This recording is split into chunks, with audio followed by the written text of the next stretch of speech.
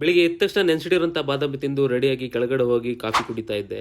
ಇವತ್ತು ಜಿಮ್ ಕೂಡ ಇರಲಿಲ್ಲ ಅಂತ ಮನೇಲಿದ್ದಾಗ ನಮ್ಮ ಮಾಮಿ ನಮ್ಮ ಮಾವಂಗೆ ಏನೋ ಸರ್ಪ್ರೈಸ್ ಪ್ಲಾನ್ ಮಾಡಿದ್ರು ಅಂತ ಕೆಳಗಡೆ ಟಕ್ ಅಂತ ಹೊರಟೆ. ನೋಡಿದಾಗ ನಮ್ಮ ಮಾವ ಮೈಕಲ್ ಜಾಕ್ಸನ್ ತರ ಡ್ಯಾನ್ಸ್ ಮಾಡ್ತಾ ಇದ್ರು. ಹಾಗೆ ಚಿಕ್ಕದಾಗಿ ನಮ್ಮ ಮಾವಂದು ಫೋಟೋ ಶೂಟ್ ಕೂಡ ಆಗ್ತಾ ಇತ್ತು. ಅಸಲಿ ಟೈಮ್ ಬೇರೆ ಆಗಿತ್ತು ಅಂತ ನಾವೆಲ್ಲ ಹೊರಟ್ವಿ. ಎಲ್ಲಿ ಹೋಗ್ತಿದೀವಿ ಅನ್ಕೊಂಡ್ರ ನಮ್ಮ ಮಾಮಿ ನಮ್ಮ ಮಾವಂಗೆ ಸರ್ಪ್ರೈಸ್ ಪ್ಲಾನ್ ಮಾಡಿದ್ರು. ಆ ಸರ್ಪ್ರೈಸ್ ಪ್ಲಾನ್ ಏನು ಅಂದ್ರೆ ಒಂದು ಎಲೆಕ್ಟ್ರಿಕ್ ಬೈಕ್ ಕೊಡ್ಸೋದಾಗಿತ್ತು. ಹಾಗೆ ನೋಡ್ತಿದ್ದಂಗೆ ನಾವು ಏತ ಶೋರೂಮ್ಗೆ ಬಂದ್ವಿ. ಶೋರೂಮ್ಗೆ ಬಂದ್ಮೇಲೆ ಫಾರ್ಮಾಲಿಟೀಸ್ ಎಲ್ಲ ಫಿಲ್ ಮಾಡಿ ಗಾಡಿಗೋಸ್ಕರ ವೇಟಿಂಗ್ ಮಾಡ್ತಾ ಇದ್ವಿ. ವೇಟಿಂಗ್ ಮಾಡ್ಬೇಕಾದ್ರೆ ನಮ್ಮ ಮಾವ ಒಂದು ಪೋಸ್ಟ್ ನೋಡಿ ಸೇಮ್ ಅದ್ ನಾನೇ ಅಂತ ಹೇಳದ. ಆ ಪೋಸ್ಟರ್ಲಿ ಬರೋ ಭಾಗ್ಯ ಇಲ್ಲ ಅನ್ಕೊಂಡು ನಮ್ಮ ಮಾವ ಸೆಲ್ಫಿ ತೆಗಿಯೋಷ್ಟರಲ್ಲಿ ಗಾಡಿ ಬಂದ್ಬಿಡ್ತು. ಹಾಗೆ ಗಾಡಿ ಫ್ಯೂಚರ್ಸ್ ಬಗ್ಗೆ ಎಲ್ಲ ಹೇಳ್ಬೇಕಾದ್ರೆ ಈ ಕಡೆ ನೋಡಿದ್ರೆ ಒಂದು ಗಾಡಿನ ಫುಲ್ ಬಟ್ಟೆ ಎಲ್ಲ ಬಿಚ್ಚಾಕೊಂಡು ನಿಲ್ಸ್ಬಿಟ್ಟವ್ರೆ. ಹೆಂಡತಿ ಗಿಫ್ಟ್ ಕೊಟ್ಟು ಅಂತ ನಮ್ಮ ಮಾವ ಗಾಡಿ ತಗೊಂಡು ಖುಷಿಯಾಗಿ ಬಂದ್ಬಿಟ್ರು. ನಂತರ ನಾವು ಅಲ್ಲಿಂದ ಸೀದಾ ನಮ್ಮ ಊರಲ್ಲಿರೋ ಗಣಪತಿ ದೇವಸ್ಥಾನದ ಹತ್ರ ಬಂದ್ವಿ. ಬಾಸ್ಗೆ ಕೈ ಮುಗಿದು ಗಾಡಿ ಪೂಜೆ ಮುಗಿಸ್ಕೊಂಡು ಸೀದಾ ನಾವು ಮನೆ ಕಡೆ ಹೊರಟ್ವಿ.